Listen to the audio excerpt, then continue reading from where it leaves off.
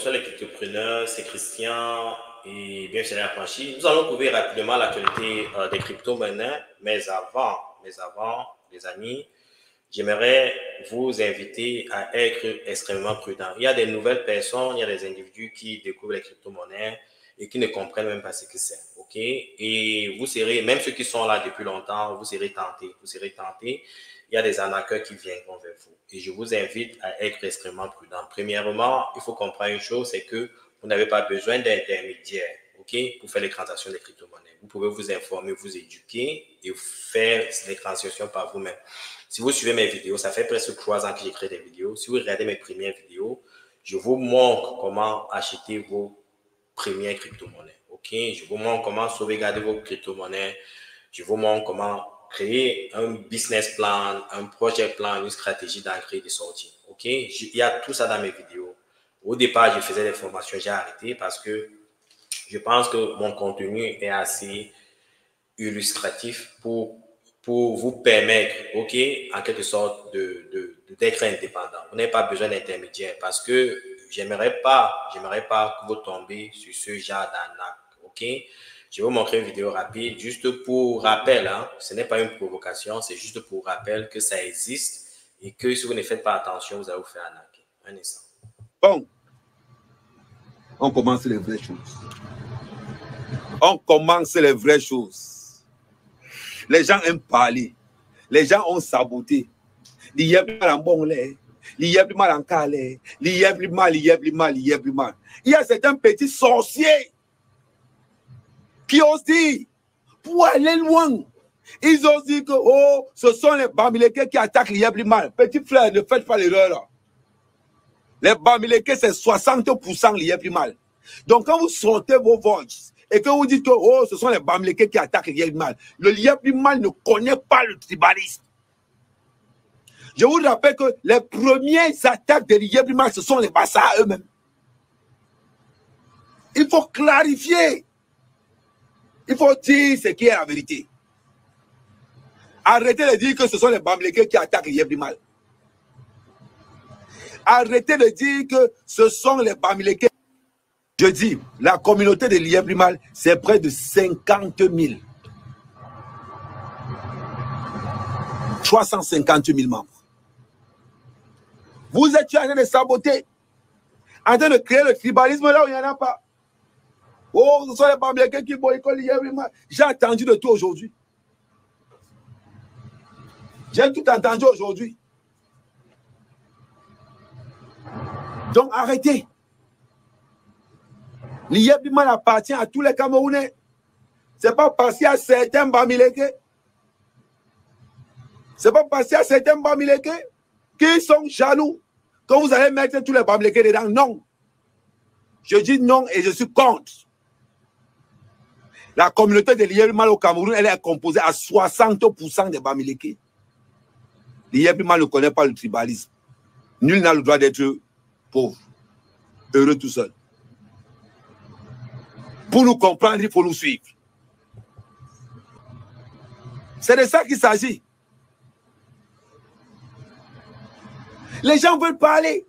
Oh, l'Iyablimal a fait ceci. On rencontre des journalistes. Les gens payent même des médias pour salir l'Iyablimal. Eh, Anawama. On paye des hommes politiques pour salir l'Iyablimal. Pendant ce temps, M. Simeou, ce qui m'énerve sur Sim, c'est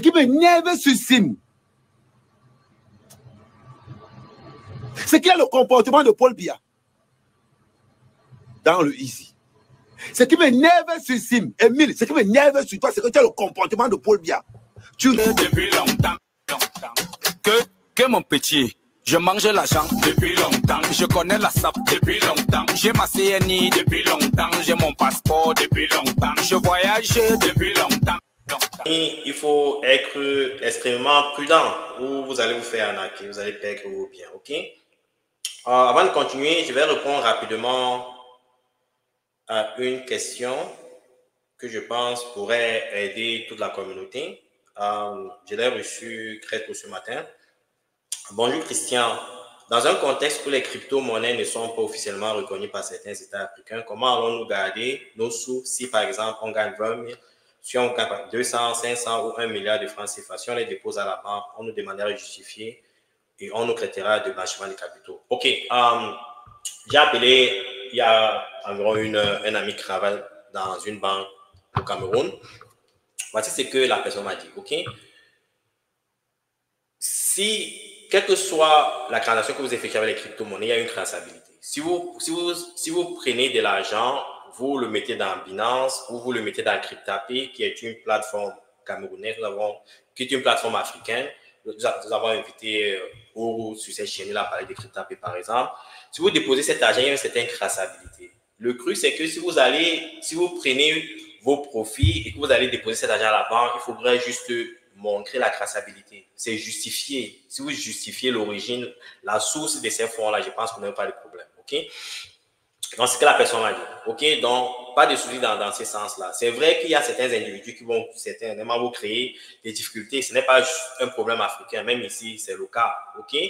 Mais néanmoins, si vous justifiez la traçabilité, il n'y aura pas de souci. Il faut juste justifier la traçabilité. Et la traçabilité, vous pouvez le faire à travers n'importe quelle plateforme avec laquelle vous faites des transactions. Il y a ces traçabilités-là. La deuxième chose que j'aimerais aussi insister, c'est que les gars, je vous invite à payer vos impôts, vos taxes. OK? Il ne faut pas prendre les profits, mettre dans vos poches et aller enjoy la vie. OK? Il faut payer vos impôts parce que si vous dépassez cet argent et que le gouvernement vient après, vous ne pouvez pas rembourser, ça peut vous ruiner. Faites extrêmement attention. Bon, maintenant, je vais passer à l'actualité. Un instant, je vais partager la première information. Avant de parler de la première information, il faut comprendre une chose. C'est que il y a récemment, j'ai eu des débats avec certains amis offline qui me disaient qu'avec le taux de chômage qui baisse aux États-Unis, ça pourrait ralentir en quelque sorte la décision de la Fed à baisser les taux directeurs.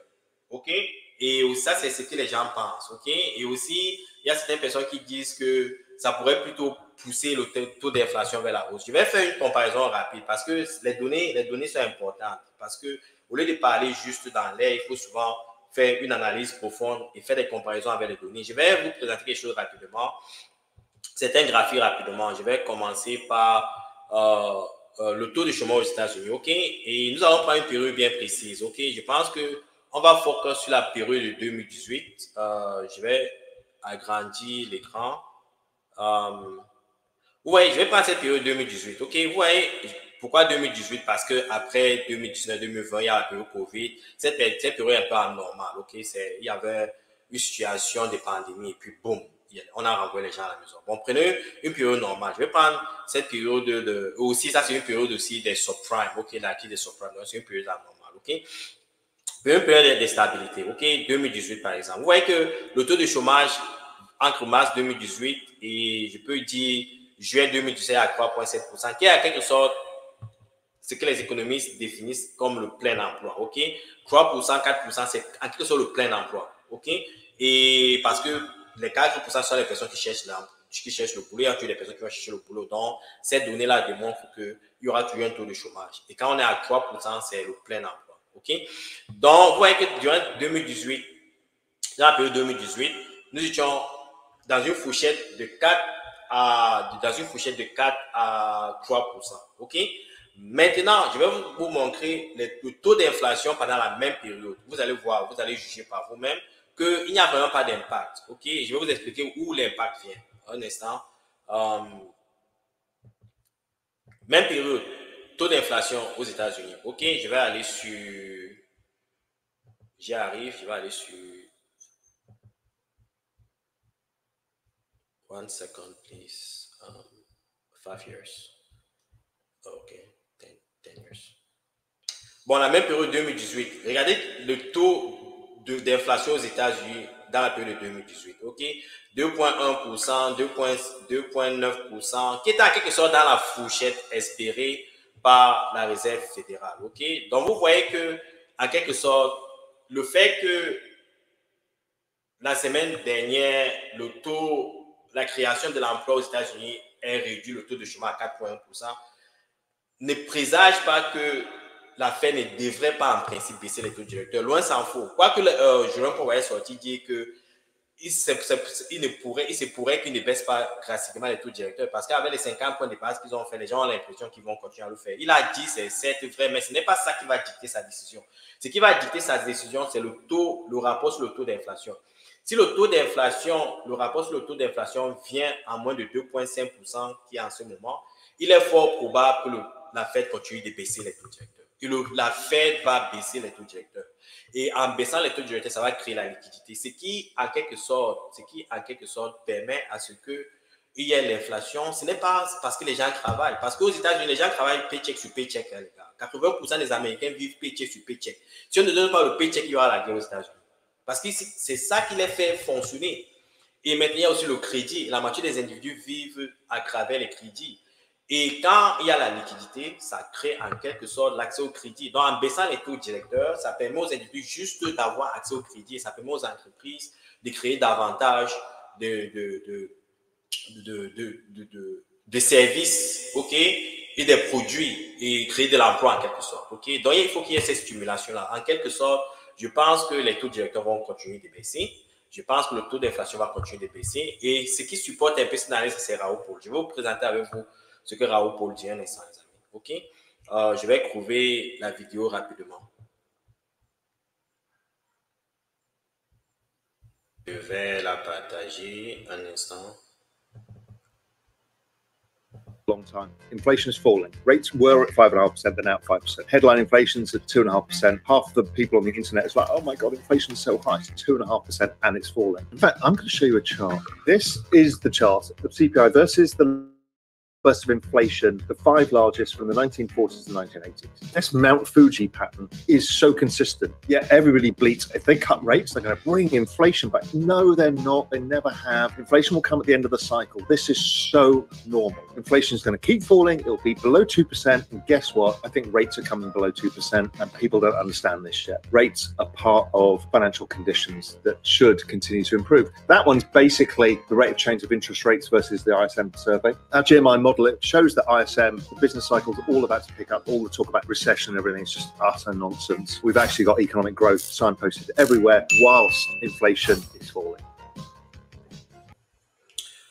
Voilà, ça c'est l'analyse de Raoul Pol. Pour traduire rapidement, les taux d'inflation vont baisser. Le taux d'inflation va baisser davantage. Et quand le taux d'inflation va baisser, le taux directeur va aussi baisser davantage. Il y aura une période de quantitative easing, ce qui va permettre un flux de liquidité sur l'économie pour stimuler l'économie. Et il y aura des personnes qui pourront travailler, qui pourront épargner, qui auront accès à la liquidité, qui pourront investir sur les crypto-monnaies. C'est ça qui va justifier le bull run. Je le dis ici, j'insiste, c'est comme ça que ça va fonctionner. Ça, c'est un cycle. Ce n'est pas juste que c'est de la boule magique. C'est un cycle comme Raoul le montre. OK?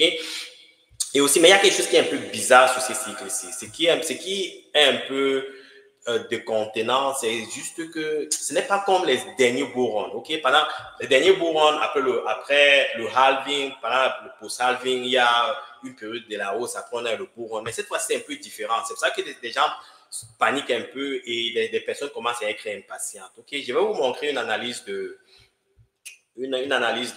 plan B qui explique un peu ce qui se passe, ok? Un instant, je vais partager cette vidéo de plan B.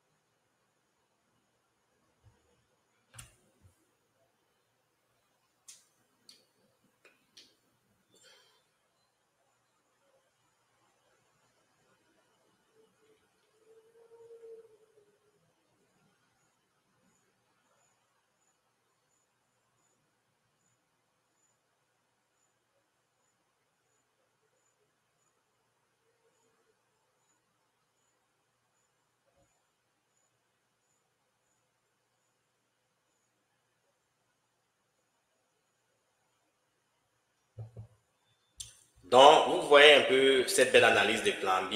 Il explique que pendant les derniers bull runs, après la période de halving, on voyait une période d'accumulation et après, subitement, on avait ce bull run parabolique. OK?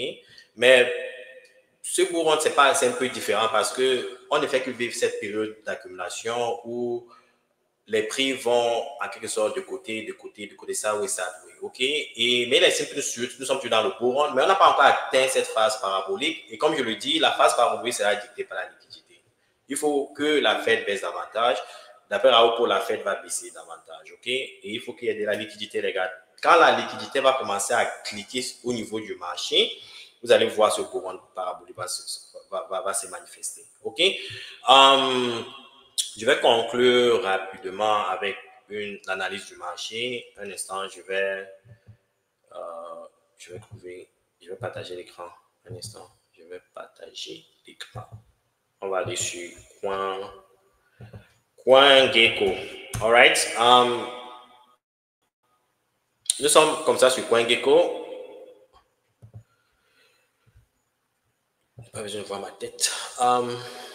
CoinGecko. Vous voyez, CoinGecko, au niveau des jetons listés sur CoinGecko, nous sommes à 14 754. Ceci va augmenter davantage pendant le bull run. Il y aura beaucoup de la moitié de ces cryptos sont des scams. La capacité totale des actifs, c'est 2322 milliards de dollars. Ça a augmenté de presque 200 milliards parce que, vous savez, la semaine dernière, il y avait une baisse. Quand Jérôme Powell est sorti, annoncé qu'il ne va plus baisser critiquement les taux directeurs. Et la dominance du Bitcoin n'a pas beaucoup changé. 54,4%, Ethereum 12,8%. Ces deux actifs dominent le marché comme d'habitude. Ça veut dire que nous sommes encore dans le altcoin season. OK, au niveau du prix du Bitcoin, le Bitcoin résiste bien, les gars. Je vous ai expliqué la semaine dernière que si le Bitcoin descend en deçà des 60 000 $, il était fort pour que ça descende à 60 000 $. Et ça descend à 58 000 $, ça devrait descendre à 49 000 $. OK? Mais le Bitcoin résiste bien. Mais pour que le Bitcoin puisse traverser cette zone de support, il faut que le Bitcoin arrive à 66 000 $. Et si ça arrive à 66 000 $, il faudra que le Bitcoin, il est fort probable que le Bitcoin aille à 73 500 $, qui était son dernier all-time high. Et ça arrive à 73 500 $, ça va inéluctablement atteindre les 100 000 $. OK? Ça, c'est d'après l'analyse technique. Au niveau du prix d'Ethereum, même chose. Assez de recouvrement, de réévaluation ici. Le Ethereum se vend maintenant à 2478 $. Il y a la semaine dernière, c'est à 2200 quelque chose de $. OK? C'est les bons signes pour le marché. Maintenant, on va regarder les actifs qui ont bien performé durant la dernière semaine, les derniers 7 jours. Il y a Pop4 qui est à 48,9%. Je ne sais pas ce que c'est. Il y a Sui. Sui est un très bon projet, les gars. Je pense que ceci n'est pas un conseil financier. Ceci n'est que juste mon opinion. Je ne vous dis pas d'aller acheter Sui. Je pense que Sui va faire exactement la même chose que Solana a fait l'année dernière. OK? Sui est un très bon projet. J'en ai même parlé avec Elvis Conjo et le langage Move est un très bon langage. Et je pense que Sui est quelque chose, est un projet à travers lequel il faudra prêter beaucoup d'attention. OK? Sui va bien se comporter. Donc, il va aussi bien comporter ces dernières semaines. Et en parlant des projets sur Sui, je pense qu'il y a un projet dont nous sommes présentement investis sur, c'est Cetus, j'en parle depuis, qui est l'échange décentralisé sur Sui et Aptos. La capacité totale est à 60 millions de dollars. Ça peut faire, je pense, 10-20x. OK? Si vous regardez, par exemple, des projets comme Uni, OK, qui est Uniswap, qui est un projet sur la blockchain Ethereum. Vous voyez, ça veut dire que si le projet doit atteindre cette capitalisation, ça doit faire 100x. OK? Et le potentiel est énorme, les gars. Le potentiel est énorme. C'est pour ça qu'ils pensent que Sui est un bon projet. Et en principe, Sui devrait bien se comporter. Ça, c'est mon opinion. Ce n'est pas un conseil financier. Je ne vous invite pas à aller investir sur Sui. OK? C'est juste mon opinion. Je vais voir s'il y a quelque chose d'intéressant sur Coindex. Un instant, Coindex, qu'est-ce qui s'y passe?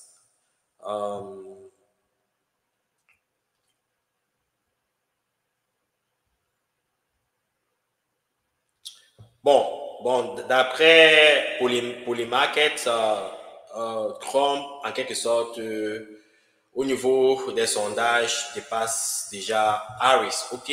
Bon, les gens pensent que comme avoir quelque chose de positif au niveau des crypto-monnaies. C'est pour ça qu'il y a cette tendance des cryptopreneurs à lui apporter un support. Donc, c'est en quelque sorte l'information que je peux partager sur